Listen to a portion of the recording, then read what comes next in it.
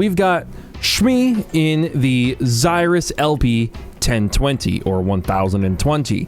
Underneath, it is a standard rear-wheel drive Huracan Evo.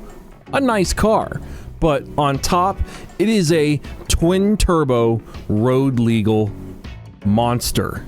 By the way, it's road-legal. I don't even want to know what it took, what it costed, the amount of time, development, and delegating with government officials, which I've learned is just an unpleasant experience in pretty much every part of the world, to make a road-legal package for a Huracan that's twin-turboed in the EU, given everything that's going on, to get it to pass emissions at a bare minimum. I'm sure there's more than just emissions.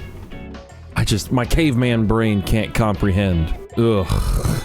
But what I really like about this car is that it is designed to be capable on a track with curves, rather than what we'd expect, which would be it to lay down some rubber on a half-mile racetrack or something. I wonder how difficult it is to make a twin-turbo Huracan track car.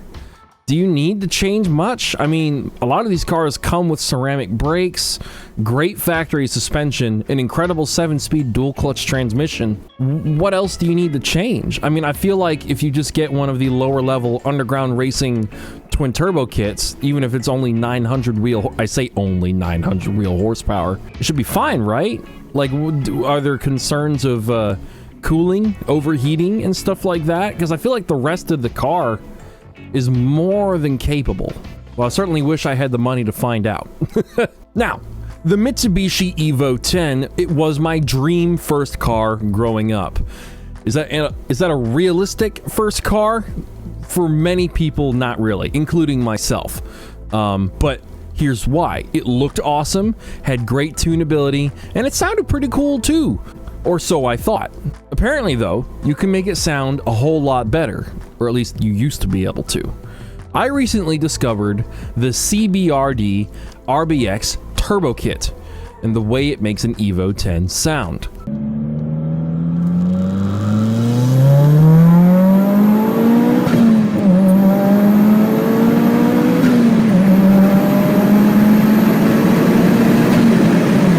So I had to do a bit of a deep dive into this because I love bespoke exhaust sounds on cars.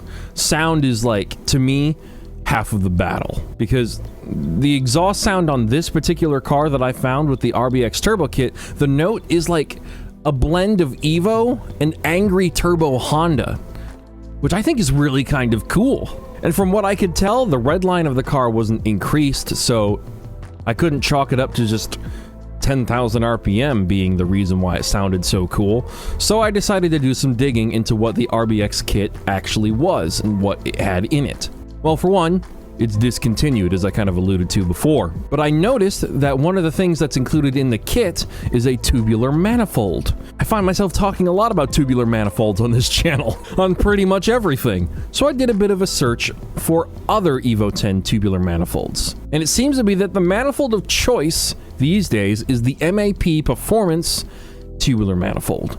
Here's an Evo 10 on a dyno with it equipped, and it sounds pretty good.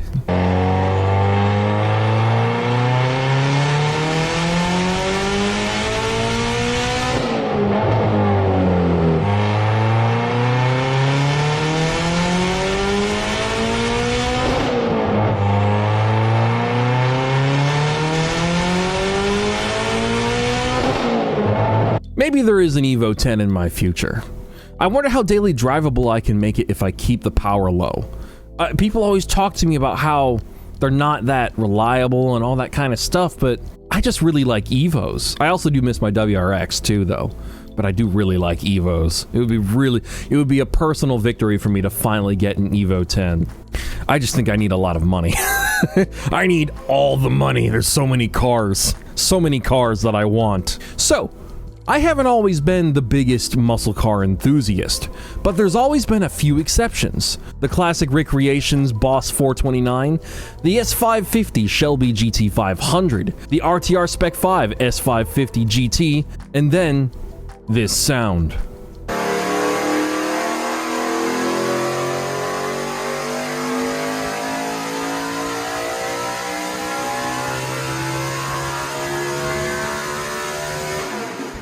That's the sound of a Gen 4 NASCAR stock car, a sound I always wanted, but could never understand what actually it took to get it. And when I was a kid, this was the sound of NASCAR. It might even still be. I haven't watched NASCAR in a long time. I watched a truck race not too long ago, back in 2018. Well, this is Amelia Hartford, and this is her recently acquired NASCAR race car. She's going to be cannibalizing the powertrain and drivetrain out of this thing, and she's going to be putting it into her Superbird project. She will be using the R5P7 engine in it to build her dream Plymouth. Now finally, I have an answer to how to get this sound. Because at first I didn't really know of any engines, let alone Ford engines, which is what I really want, that sound like this. I'd love to make a 69 fastback Mustang sound like this. But using a Dodge engine might be a bit sacrilegious.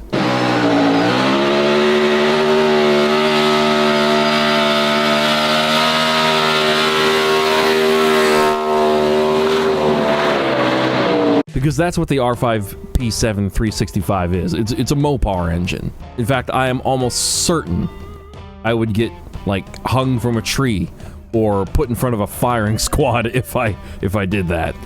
Understandably. But after a bit of digging, I found something. The Ford FR9. A Roush Yates engine.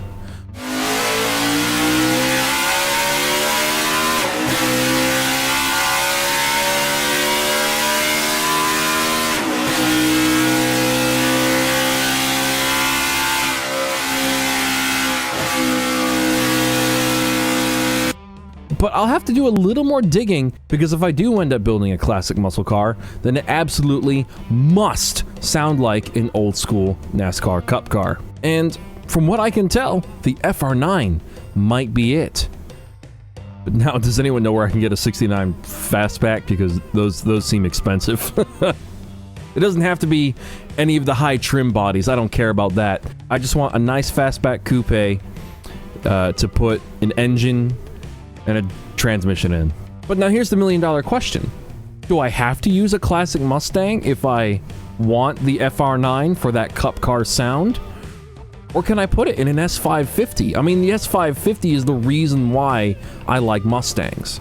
I like the classic Mustangs, I like the S197, but the S550 was the gateway drug for me. So would that sound suit an older body style? Or would an S550 sounding like a NASCAR Cup car be really freaking cool? It'd be cheaper. I mean, it wouldn't be cheap, but it would be cheaper. I mean, hey, the only reason why I ask is because Amelia also built a monstrous S550 2017 Mustang GT and put a giant, I can't remember the displacement, it was like a 9-liter something or whatever it was, a huge engine into her car. Maybe I could do something similar. I still want it to be, 6-speed, drivable on the street. Maybe there's a way to do that. I don't know, I did a poll not too long ago and you guys all basically said, classic Mustang, put the FR9 into a fastback, 69, nice. I'm on the fence. I'll have to keep thinking about it. It's a ways away. The muscle car build's probably going to be my last build, unless if I make a lot of money. And then I'll build a whole bunch of things. But you guys know, 3 cars.